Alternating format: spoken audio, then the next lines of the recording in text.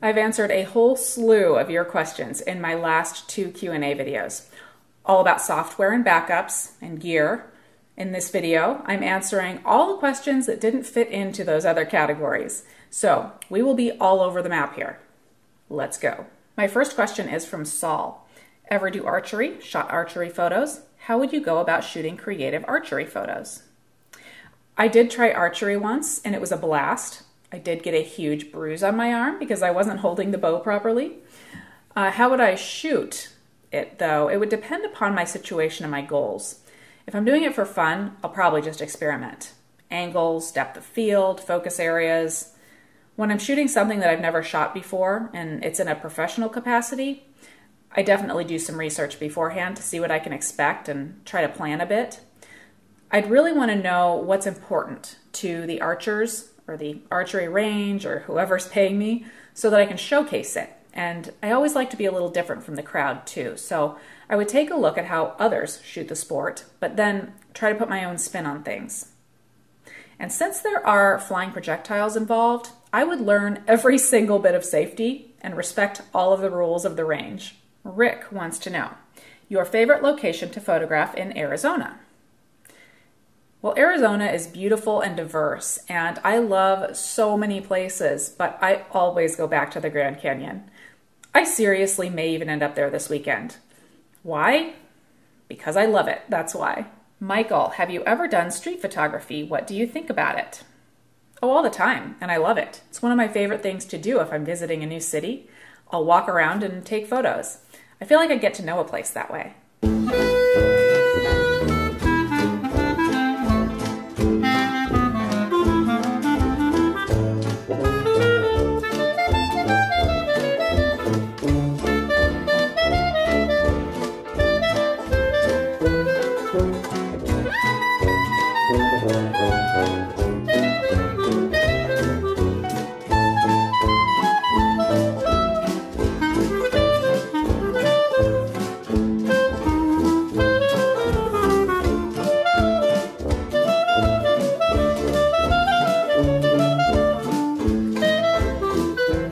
Tom says, how often do you suffer from the dreaded dust spots when out in the field changing lenses?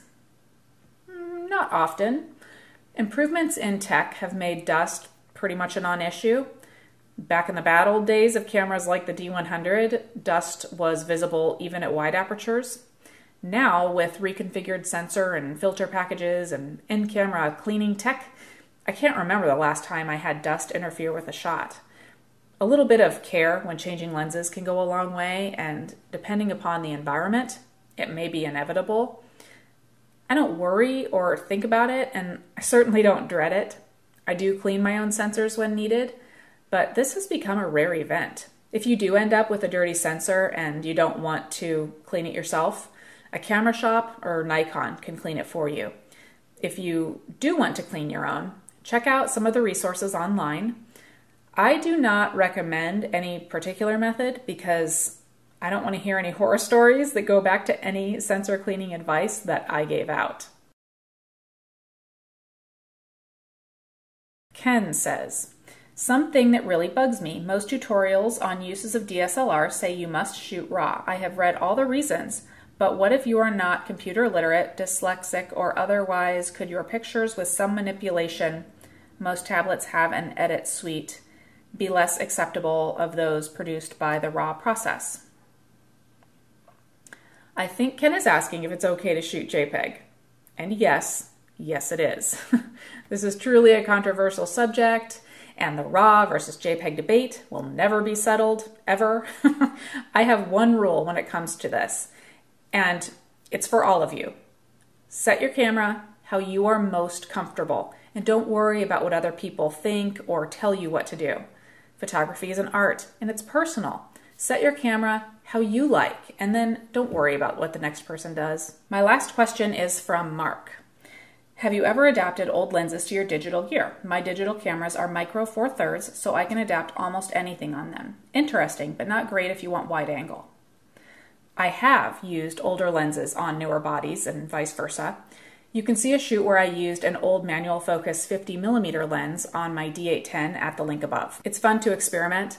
I love seeing what kind of results I can get using stuff that isn't considered to be the latest and greatest. One thing I've been meaning to try is to use old C-mount lenses on my Nikon V1. They were used in old 16mm motion picture cameras. It's definitely something that I could do on the cheap, but there would definitely be vignetting and a trade-off in image quality, but it's something I'd really like to try. That's officially all of the questions for this round of SnapChick Q&A. And if you guys do have more questions, you can always ask them on my Facebook page, on YouTube, on Twitter, on email. If you see me on the street, at the Grand Canyon, I dare you to catch up with me. And there's always going to be another round of Q&A questions coming up. Just keep an eye on my Facebook page and you'll see the call for questions. There's a link to my Facebook page in the description of this video.